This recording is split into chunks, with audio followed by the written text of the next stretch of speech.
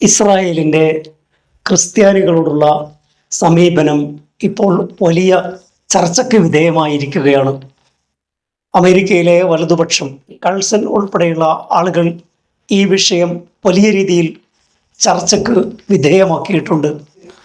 അവരല്ലാത്ത മുഴുവൻ ആളുകളും സയനിസ്റ്റുകളുടെ കാഴ്ചപ്പാടിൽ ഈ ലോകത്ത് ജീവിക്കാൻ അർഹരോ അല്ലെങ്കിൽ വിശുദ്ധ രക്തത്തിൻ്റെ ഉടമകളോ അല്ല. ജൂയിഷ് കമ്മ്യൂണിറ്റിക്ക് ഒരു ഘട്ടത്തിലും ഈ ക്രിസ്ത്യാനികളോട് താല്പര്യമുണ്ടായിരുന്നില്ല. ഇസ്രായേൽ ക്രിസ്ത്യാനികളോട് സവിശേഷമായ എന്തോ അടുപ്പമുള്ളവരാണ് എന്ന വിധത്തിലാണ് ഇവിടെ അവതരിപ്പിക്കാറുള്ളത്. ക്രിസ്ത്യാനികളോട് അവർ ബദ്ധശത്രുത പുലർത്തുന്ന വാർത്തകളാണ് ഇപ്പോൾ ചിത്രങ്ങളായി, വീഡിയോകളായി പുറത്തു വന്നുകൊണ്ടിരിക്കുന്നത്.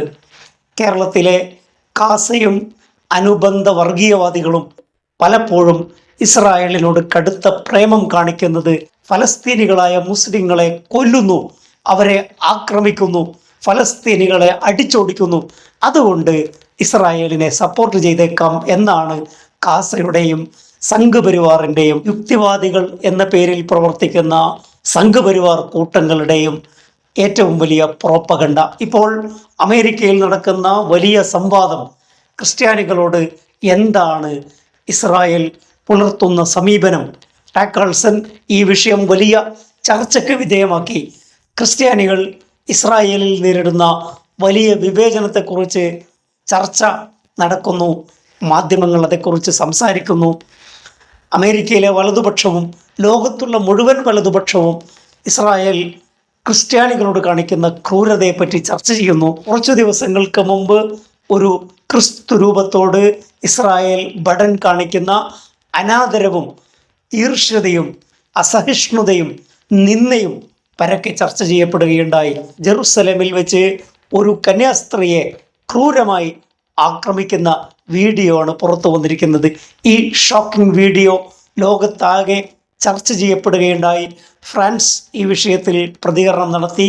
ലോകരാജ്യങ്ങളിലെ പലരും ഇസ്രായേലിൻ്റെ മനുഷ്യാവകാശ ധ്വംസനത്തെക്കുറിച്ച് സംസാരിക്കാൻ തുടങ്ങി. അവർ വിശുദ്ധ രക്തത്തിൻ്റെ ഉടമകളാണ്, ബാക്കിയുള്ളവരെല്ലാം കൊല്ലപ്പെടേണ്ടവരാണ് എന്ന് ചിന്തിക്കുന്നവരാണ്.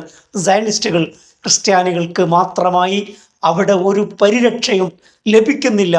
എന്നിട്ടും കാസയും വർഗീയവാദികളും ഇസ്രായേൽ പ്രേമം നടിക്കുന്നത് അവർക്ക് ഈ വസ്തുത അറിയാത്തത് കൊണ്ടല്ല, ഈ വസ്തുതക്ക് നേരെ അവർ കണ്ണടക്കുകയും ആ ഘട്ടത്തിലും മുസ്ലിങ്ങൾക്കെതിരെ വംശീയ വിദ്വേഷങ്ങൾ ഇസ്രായേലിൻ്റെ ചെലവിൽ നടത്താനാണ് സംഘപരിവാർ, കാസ, വർഗീയവാദികൾ, യുക്തിവാദികൾ എല്ലാവരും ശ്രമിച്ചു കൊണ്ടിരിക്കുന്നത്. ആ ഇസ്രായേലിൻ്റെ സയനിസ്റ്റുകളുടെ ക്രിസ്ത്യാനികളോടുള്ള പ്രേമവും സ്നേഹവും നമുക്ക് ഈ വീഡിയോകളിലൂടെ, ചിത്രങ്ങളിലൂടെ, സമീപകാല ചരിത്രങ്ങളിലൂടെ, ചർച്ചകൾ തകർത്തതിലൂടെ മനസ്സിലാക്കാൻ സാധിക്കും.